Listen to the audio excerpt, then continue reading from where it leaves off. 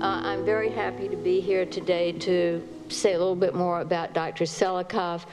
I opened, together with a colleague, the occupational medicine clinic at the Massachusetts General Hospital in 1980. And shortly thereafter, we began to see our first patients. And among those patients were asbestos-exposed workers with asbestos-related diseases from the shipyards in the greater Boston area.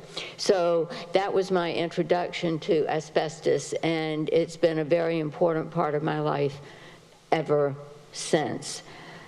So I'd like to begin talking about Dr. Selikoff.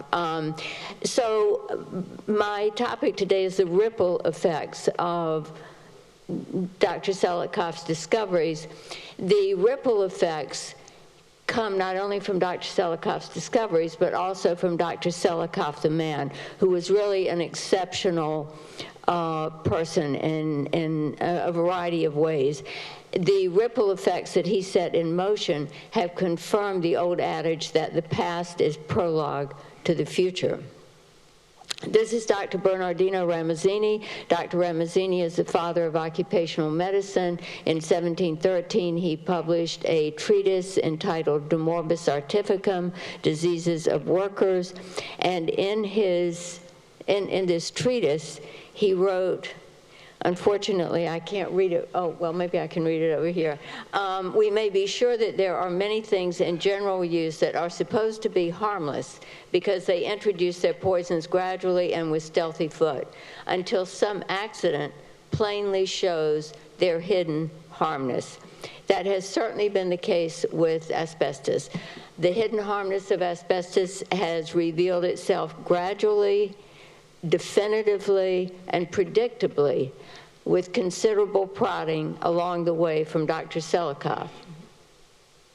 The ripples have come in waves that came crashing to the beach. And I think many of us in this room have witnessed and participated in each of these waves along the way. The first wave was the mining of asbestos ore and the manufacture of asbestos-containing products. The second wave was the end use of these asbestos-containing products.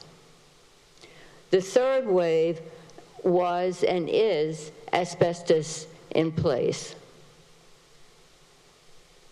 In 1990, in June of 1990 in New York City, a conference entitled The Third Wave of Asbestos Disease, Exposure to Asbestos in Place was held. And it was in 1990 in the planning of this conference that I first met Dr. Selikoff in person.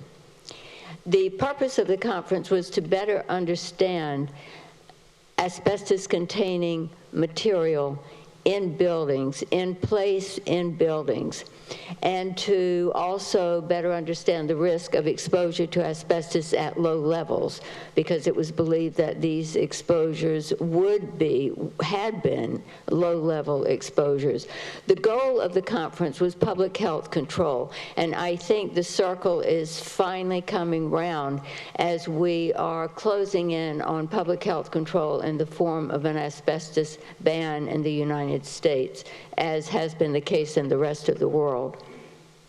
Asbestos left in place in public, residential, and commercial buildings is legacy asbestos. The manipulation of that material results in exposure to asbestos. Manipulation occurs during repairs of buildings or pipes, for example, that are covered with asbestos-containing materials, renovation of buildings in which there is ACM, contact, both intentional and unintentional, with ACM in those buildings, and then demolition of buildings that contained asbestos-containing materials. Each of these exposures, like exposure to asbestos from any other source, puts the person who inhales the asbestos fibers at risk for asbestos-related disease. This asbestos is not different from asbestos generated during the manufacture of asbestos-containing products. before 1990, a number of adverse health effects of exposure to asbestos that previously was in place, but that became disrupted or in some way made its way into the air for inhalation by occupants of the space. Workers in those situations had been shown to have both malignant and non-malignant disease attributable to asbestos from in-place material. Non-malignant conditions attributable to asbestos in place were observed in the form of pleural plaques and asbestosis in, for example, public school custodians. Studies were carried out almost simultaneously in the cities of Boston, New York, and Los Angeles. And each of these studies showed evidence of non-malignant disease in custodians who had no other exposure to asbestos outside of ACM and the buildings in which they worked. Malignant mesothelioma was reported in association with clerical staff who worked in commercial office buildings. Malignant mesothelioma was reported in teachers and custodial staff who worked in schools and universities.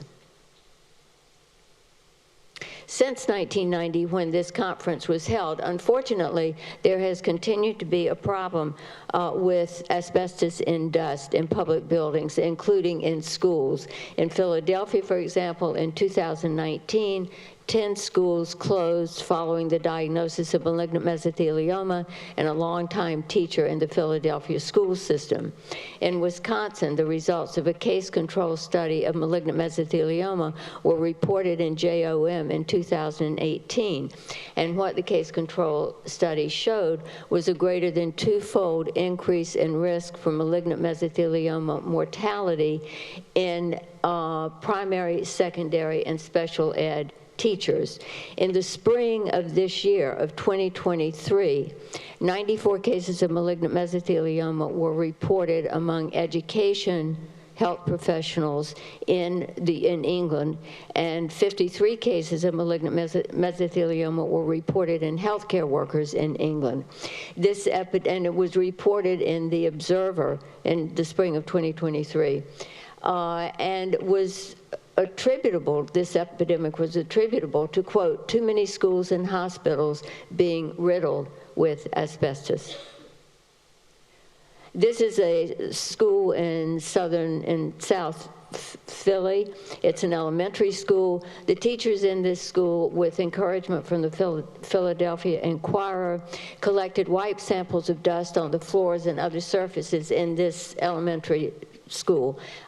These dust samples were analyzed for asbestos, and excessive levels, well, any level is excessive, high levels of asbestos were found in this dust in this public school, and these findings were published by the Philadelphia Inquirer in 2018. So unfortunately, the problem has remained with us. So we can ask, was Dr. Selikoff's conference in 1990 effective? Well, in certain respects, one could say no. If we're still having asbestos-containing dust in public buildings, schools, hospitals, then perhaps not. On the other hand, there have been some very important gains. What this conference did was focus us and force us to recognize that there is a problem with asbestos in materials in place in public buildings. And ADAO is up close and personal with this particular example. This example is legacy asbestos as a part of the responsibility of EPA, according to TSCA. In 2019, the Ninth Circuit Court of Appeals ordered the EPA to consider legacy asbestos in its draft risk evaluation. This ruling was a response to a lawsuit that the ADAO was very influential in. In 2020, when it issued its draft risk evaluation, the EPA said, okay, we'll deal with legacy asbestos, but we don't want to deal with it now. We'll deal with it in the future. Then public hearings were held. ADAO made comments. The hearings were held by the Scientific Advisory Committee on Chemicals for the EPA. A member of that committee is here in the room with us today, Dr. Stephen Markowitz. And the committee issued its recommendations to the EPA and said, no, you know what, we think you should consider legacy asbestos now. And sure enough, the EPA reversed its position, and legacy asbestos is a part of the risk evaluation that was issued in 2022. So this is a big gain, and I believe the conference, certainly Dr. Selikoff was very influential in that, and that was a big success. It was a big victory. So I'd like to close by talking about Dr. Selikoff, the man. Even though I did not know the man well, I observed him from a distance, and he understood something very, very important and vital to our discussion today. He understood that asbestos by any other name is still asbestos. And he famously wrote about asbestos and neoplasia in JAMA in 1964 the following. Quote, the floating fibers do not respect job classification, thus insulation workers undoubtedly share their exposure with their workmates in other trades. Perhaps even the supervising architect should be included. And this really says it all. The asbestos fiber that started the first wave when it was being pulled out of the earth to the asbestos fiber that falls to the floor from asbestos-containing material in place in public buildings is the same fiber. It has the same effects. Thank you for your attention.